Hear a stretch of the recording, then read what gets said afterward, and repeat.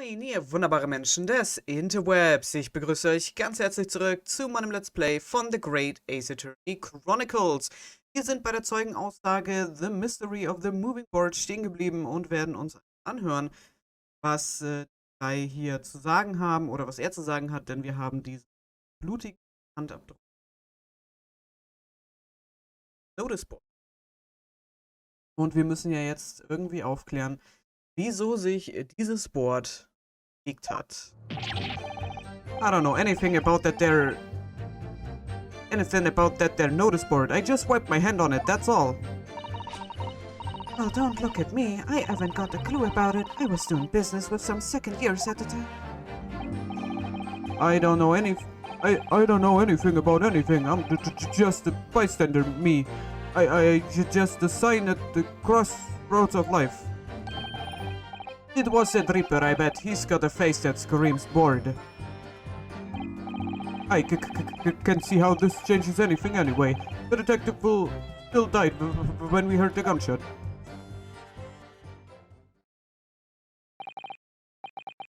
So none of you can elaborate further.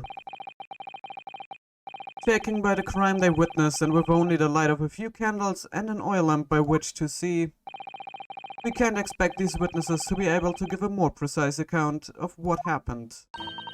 That's right, yeah, it don't pay to expect too much. It's man's endless quest for knowledge that's destroying the world, that's what I think. Do you? Really? In any case, as this testimony shows, even if the notice board was moved by somebody following the incident, it makes no difference. When the gunshot rang out, the accused was the only person at the scene. In short, the only person who could possibly have committed this crime is Barak von Zieks. None of this wrangling over the board changes that simple fact. Quite so, quite so. Does the defense still wish to cross-examine the witnesses despite the circumstances? Most certainly, my lord. Very well, then you may proceed, counsel. Möchte ich die jetzt in nehmen oder nicht? Also wenn nicht, dann sieht es ja sehr, sehr schlecht aus für X. Also, was ist das denn hier für eine Frage? Natürlich machen wir das. Also, I don't know anything about that there notice board, I just wiped my hand on it, that's all. Das ist leider jetzt nicht so hilfreich. Well, don't look at me, I haven't got a clue about it. I was doing business with some second years at the time. Okay, was business? When you say you were doing business with them, you mean you were selling them fireworks? Yeah, what else? There's the priory school just around the corner, see? Those cheeky little so-and-sos have got a plan to blow their school kingdom come. I've been planning on them letting their teachers know what they are up to. Oh, you have? Yeah, I wouldn't want anyone to get hurt, so I let the school know the kids are playing with dodgy toys. Then, praise the Lord, the teachers take all the fireworks of them. And then, praise the Lord again, the kids all come back to me to buy more. Everyone's happy, see? What a record. Of course, and sometimes the teacher gives me a little bonus to thank me for letting them know. It's a busy old life, selling explosive. Venus is a skillful goddess indeed. Well, telling barf-faced lies is kind of my thing, really. I'm ever so good at it.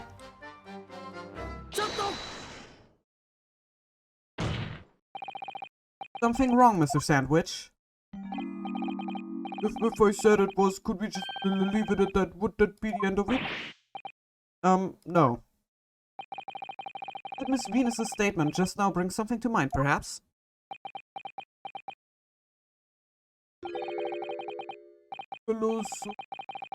Philosophical thoughts. Let's say there was a great liar, and that great liar said without batting an eye, telling barf-faced lies is kind of my thing. I'm ever so good at it. Would those words of hers be a lie too? Or the truth? In which case she's not a liar. Oh, it's a hellish paradox, that one, don't you think? I'm not entirely sure, to be honest, but it seems you're suggesting this Venus has been lying, are you?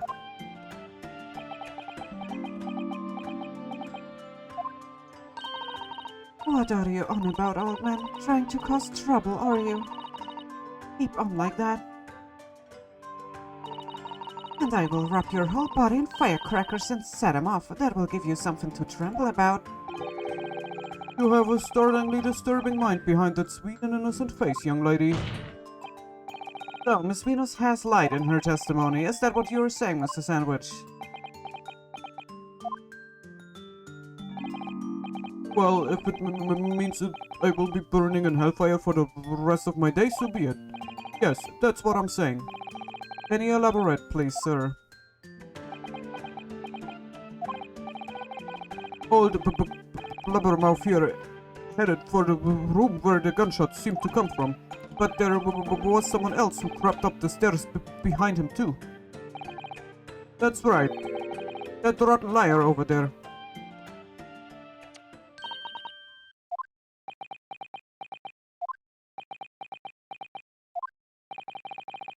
Do you mean to say that you did in fact betake yourself to the scene of the crime after all? What did I tell you, eh? I said I was good at telling barefaced lies, didn't I? Yes, you mentioned it. Well, that revelation rocked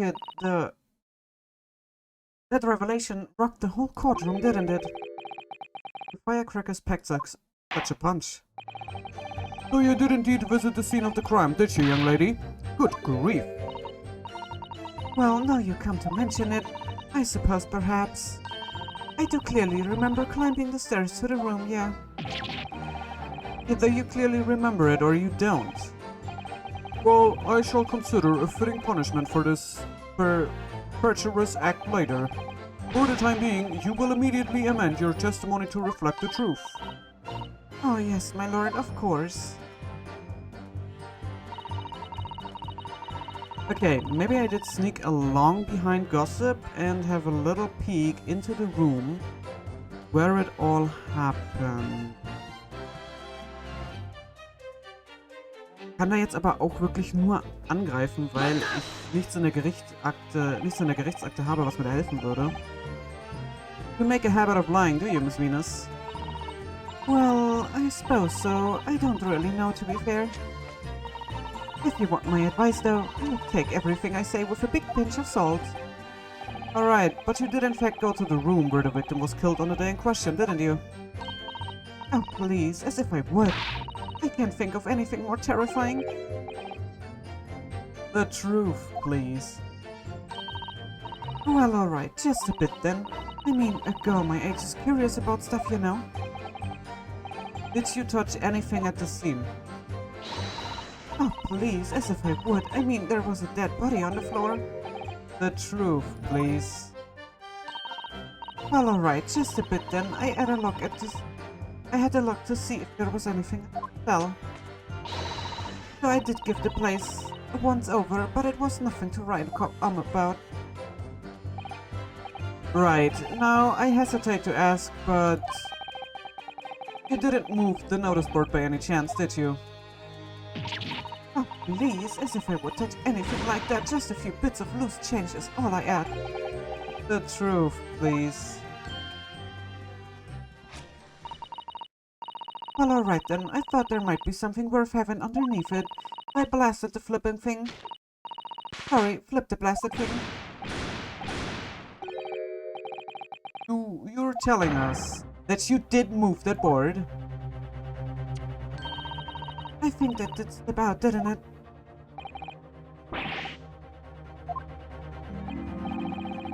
I don't believe it. The girl doesn't think. So, did you find anything then? Something that you might have taken, perhaps? To sell? Oh, please, I should be so lucky. The truth, now. I might have found this old pocket watch under the notice board, I suppose. But a bit of junk like this can't be worth much if you ask. So it was you, was it? You're the one who took it. Dina? Young lady, may I remind you where you are? That watch there. That was a present to Inspector Gregson from the yard for a big case he solved 10 years ago. Professor case, no doubt. The boss used to wind it up every evening without fail when he was waiting for his grub to come at the pub. I see. I swiped it off once and Blimley was he upset. He gave me a right earful. That he hadn't missed a day in the last 10 years polishing it and graining it. It meant the world to him. That watch did. Probably not the best thing to give diving for then. To go diving for then. It's not all that though. I took it to Jeb's that night to ask how much it was worth, but the old dealer wouldn't touch it.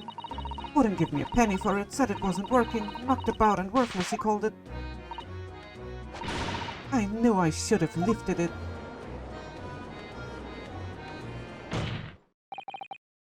That watch must be submitted as evidence at once. Oh please, just so long as you promise to give it back when we are done. Not a chance. I will swipe it from you if you try to get your grubby mitts on it again. That's enough. Hand the watch to the belly forthwith. Forthwith. Oh no, children, watch your manners. Good lord. The glass appears to be broken. More than likely it shattered when the inspector was shot. It doesn't tick anymore either. Which is why Jebs didn't want it. What a waste, huh? Yes, indeed. It appears to have stopped at the hour of 5. Exactly when the gunshot was heard, then. Which supports the prosecution's claims, of course. Okay, Gregson pocket watch has been entered into search. Würde ich mir, die Pocket Watch einmal sehr, sehr gerne angucken. Well, it would appear that the mystery of the moving notice board has been solved at least. And as predicted, it had very little bearing on the case. Now then, continue with your cross-examination, please, counsel. Okay. So, also, ich möchte mir gerne einmal die Uhr angucken von Gregson. The glass over the face really is badly cracked, look. What a shame when the inspector clearly looked after it carefully. Imagine Mr. Sholmes could repair it, don't you? Yes, I should think so. Very adept at things like this. A useful man to have around, in fact.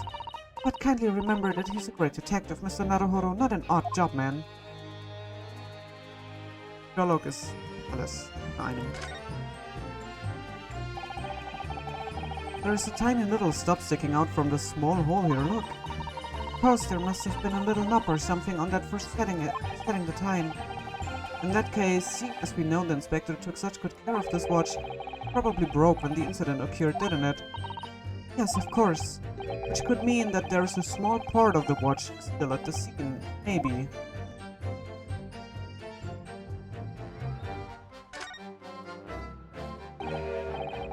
There's a tiny little keyhole here, can you see? Oh yes, it's probably for the winder used to wind up the mechanism. It looks a little unusual, don't you think? Yes, you would need just the right key to find it, I imagine. Why do I feel as though I've seen something a bit like a key that's about the right size to fit in this hole? It would be wonderful if we had the key. Let's check carefully over what we have already found. Die Polizeifigur. Hier. Die hat doch hier einen Schlüssel. Wo war denn der Mechanismus? Ich glaube, der Kopf war das, ne? Wir haben das ja schon mal uns angehört, deswegen überspringe ich das. Ja, der Schlüssel.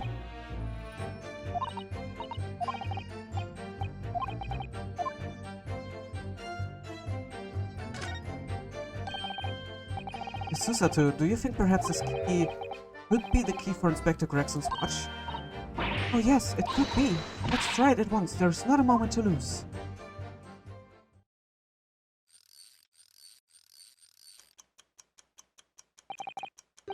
I knew it. A perfect fit. Look! Inspector's watch has started going again. It has obviously just not been wound up, that's all. What is it, Mr. Zetto? Well, if the watch isn't actually broken after all, I have a feeling it could have profound implications.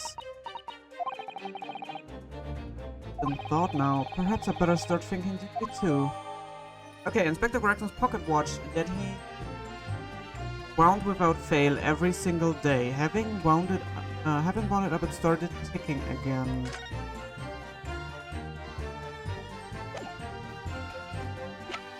Okay.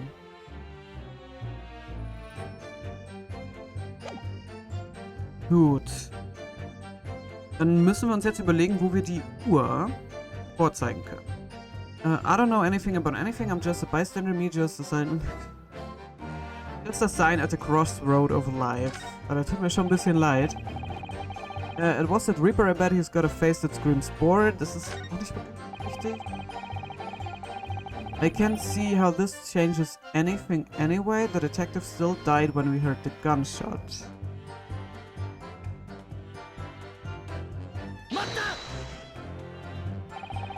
It was 5 o'clock in the afternoon that you all heard the loud bang, wasn't it?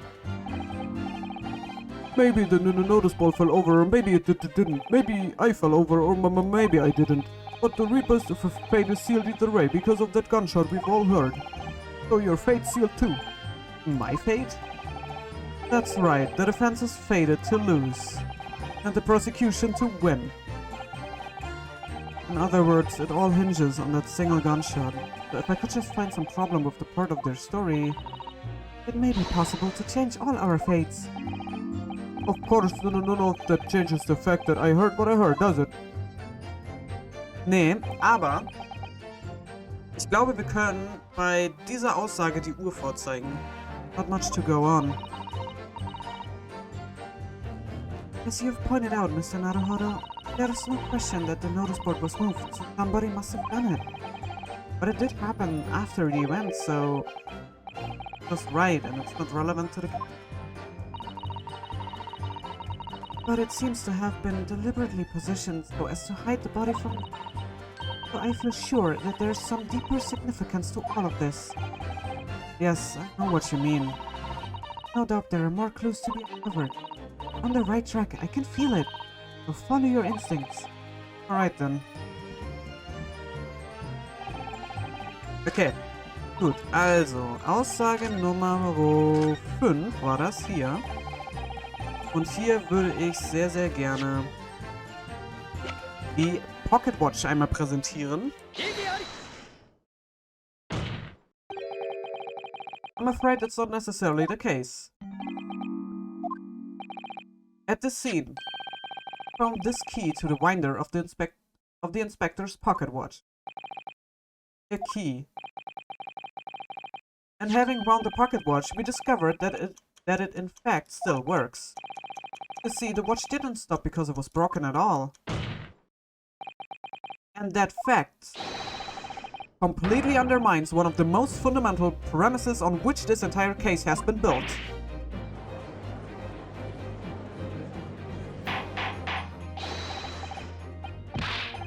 But counsel, the watch was stopped at almost exactly 5 o'clock.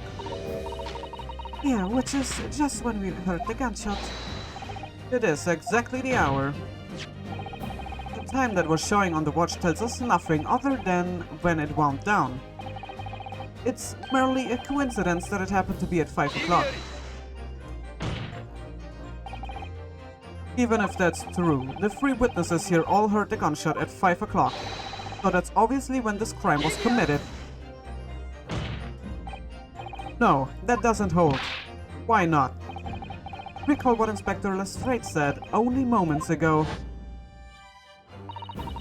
The boss used to wind it up every evening without fail when he was waiting for his grub to come at the pub. That he hadn't missed a day in the last 10 years polishing it and winding it. It meant the word to him, that what watched it. The victim was in the habit of winding his watch once a day in the evening. We can reasonably assume, therefore, that he wound the timepiece on the evening before he died as well. Yes, that would be entirely reasonable. But if that's the case, you wouldn't expect the watch to have completely wound down by 5 o'clock the following day. In summary, the evening before the day of the incident, when the gunshot rang out in that room, the inspector was already unable to wind his watch. You can't mean... What would stop a man winding his watch if he's been in the habit of winding it every single evening for 10 years? The obvious answer is that he was already dead.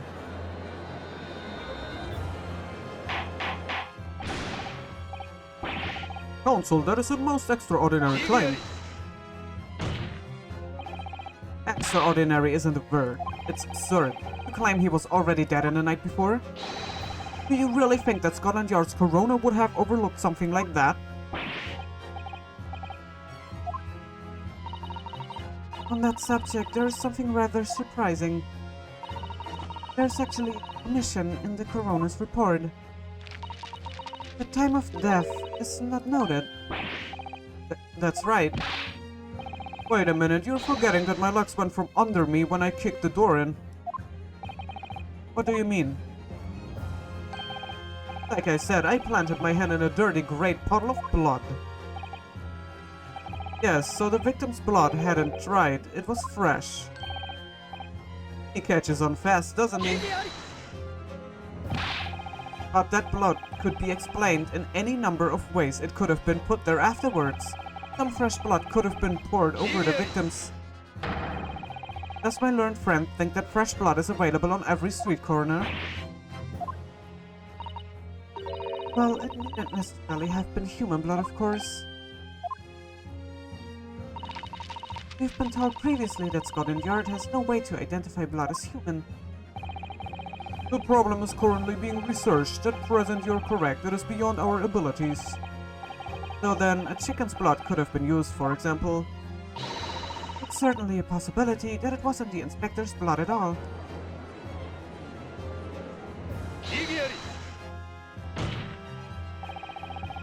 But the gunshot was heard at 5 o'clock that afternoon. That's beyond question. Is it, though? Given that the time of death of the victim has already been called into question, it isn't beyond the realms of possibility that what these witnesses heard wasn't a gunshot at all. Oh, police, what are you trying to say? Ocelot, what we've heard.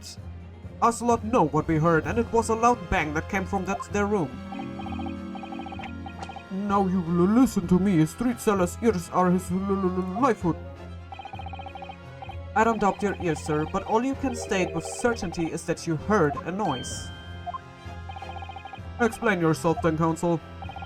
A noise that sounds like a gunshot could have been made with... Venus firecrackers. Something like this. The culprit could have set off one of these to fake a gunshot. Good gracious, the very fireworks that are sold by the witness. Now, hold on a minute. Are you saying I did it? My pretty little firecrackers only make a little pop anyway. Not 100 of them together. The Venus special that you sell for 600 pennies sounds like this. As the court can now attest, it sounds very much like a gunshot in fact. You're trying to suggest that somebody set one of those fireworks off at the scene? I'm suggesting that somebody knew the defendant was in the room at 5 that day and sought to implicate him by creating a sound like a gunshot for these peddlers on Fresno Street to hear. But even the accused himself has testified that he saw no one else in the room at the time. Whether it was a gun or a firecracker, the only person present to cause that bang was Barak van Zieks. One whiff of a match and my firecrackers go pop. See, it's why people like him. I fear for your fingers, young lady. Recently, during my time here in Britain, I've learned of a very useful invention indeed. Something called, a time bomb. Good heavens, a bomb? Yes, a device that allows you to blow up whatever you like, whenever you like. Naruhodo, I worry that your unfortunate phrasing there may lead to another international incident. Oh, no, wait, it's the whenever you like part that's important. A timed device. Yes, exactly, a timed device. Something of that nature could have been planted at the scene. A device that was able to produce the sound of a gunshot long after the culprit had left. Your extravagant claim will have to be substantiated with evidence, counsel. What proof do you have to suggest in any way that a timed device was employed to create the gunshot sounds? Das kann eigentlich nur der Kerzenleuchter sein. Ja, das kann nur dieser hier sein. As the court has already discussed, the tip of one of the candles in his candelabrum room has been blown off. Indeed, because it was struck by the bullet which presumably passed through the victim. I don't think that's possible, my lord. Not possible, why? Because of the scorching. There are gunpowder scorch marks clearly visible on the broken candle. There are? Goodness, yes. But is it not the case that there was also scorching on the victim around the bullet entry wound? That's right, there was. But as we heard earlier, scorching like that only occurs when the target is at very close range, a matter of centimeters from the gun. Which means that the scorching on the candle can't possibly be the result of a gunshot. You're suggesting it came from the fireworks? The fact that there's such visible scorching on the candle suggests that the fireworks must have been right next to it when they exploded. Or to put it another way, the candle and firecrackers were joined together. The culprit somehow attached the firecrackers at a point partway down the candle. After the killer had left the scene, the candle slowly burned down along with the other two, until eventually it ignited the fuse of the firecrackers, generating a loud bang.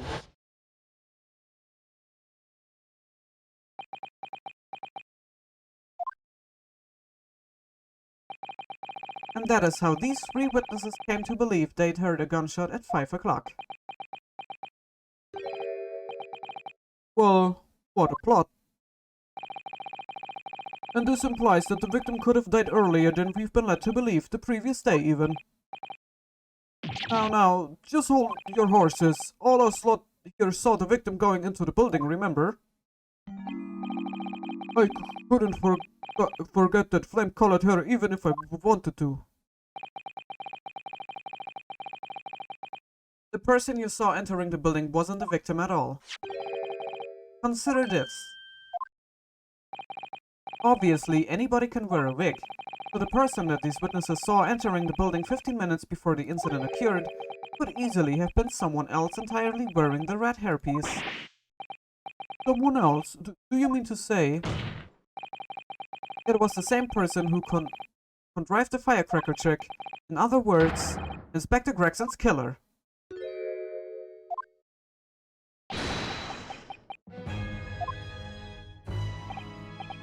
Oh, very impressive, Ryunosuke Naruhodo.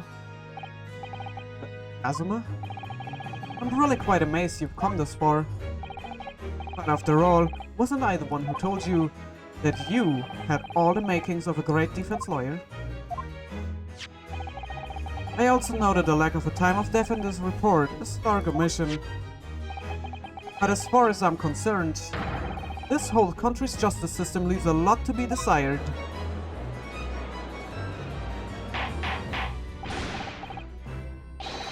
Prosecutor Sogi, what on earth do you mean by that statement? I hear that many of the leading members of Britain's judiciary are present to observe this trial today, but we cannot allow even the slightest doubt to be overlooked. The defense's assertion about the time of death based on the victim stopped to watch is just conjecture, but while the possibility exists that my learned friend may be correct, we have a duty to explore it. Well, certainly, I would agree with you. And what immediately comes to mind is, of course, what was Inspector Gregson doing and where did he go on the day before the incident? Do you know? The inspector always carried out his investigative work alone. His movements were treated as confidential within Scotland Yard. Even within the yard? However, considering the evidence we've been presented with so far, I would say it's fairly apparent what case the man was pursuing. Wouldn't you, my learned friend? You have a feeling about what case he might have been investigating? Yes, I agree. Surely...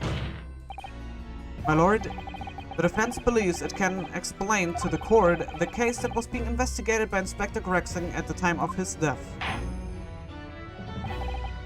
Very well, counsel. Present your argument to the court.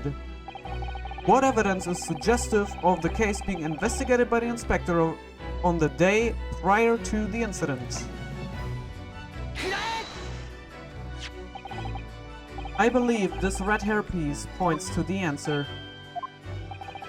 We might assume it was part of a disguise used to carry out an undercover investigation. Sure not. Such a brightly colored hairpiece would only serve to make the inspector more noticeable. Yes, that's quite true. It would definitely have made him stand out in a crowd. Except that is in a crowd of gentlemen from the Red-Headed League. The Red-Headed League? So, you already worked it out. What on earth is this all about? Is there such an extraordinary league of gentlemen? The Red-Headed League is currently under investigation for a grand deception. A deception of what nature, counsel? They've been targeting red-headed men across all of London and tricking them out of small sums of money. 2 men were arrested for this misdemeanor only yesterday, in fact. My lord, the defense calls for those 2 men to be summoned at once. 2 redheads?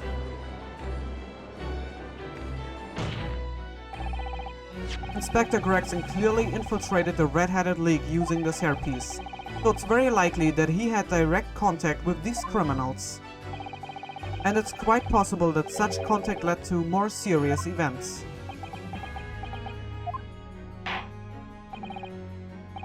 I concur that we cannot in good conscience leave this new avenue unexplored. Well done, Mr. Naruhodo. Well, it's another possible line of inquiry for us at least.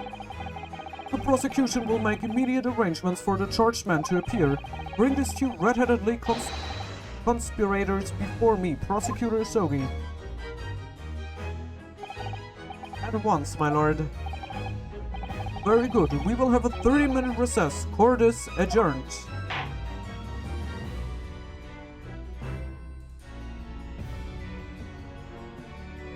To be continued. Ja, okay. Also, wir werden dann hoffentlich ein wenig mehr über die Red-Headed League erfahren. Da bin ich ja auch mal ein bisschen gespannt, was die Herrschaften denn jetzt alle so genau damit zu tun haben, was diese Red-Headed League Wirklichkeit ist. Also es ist wirklich nur eine komplette Zocke. Und was genau Gregson herausgefunden hat, untersucht hat und ob wirklich einer von den beiden Männern ihn umgebracht hat. Ob einer von beiden der Mörder ist. Und da bekommen wir hoffentlich eventuell, weiß es nicht, aber ja, eventuell im nächsten Part oder in den nächsten Parts Antworten. Hier gibt es jetzt aber erstmal einen Cut. Ich bedanke mich ganz herzlich. Ich hoffe, ihr hattet Spaß. Und wenn ihr mögt, sehen wir uns sehr, sehr gerne im nächsten Part wieder. Bis dahin. Ciao.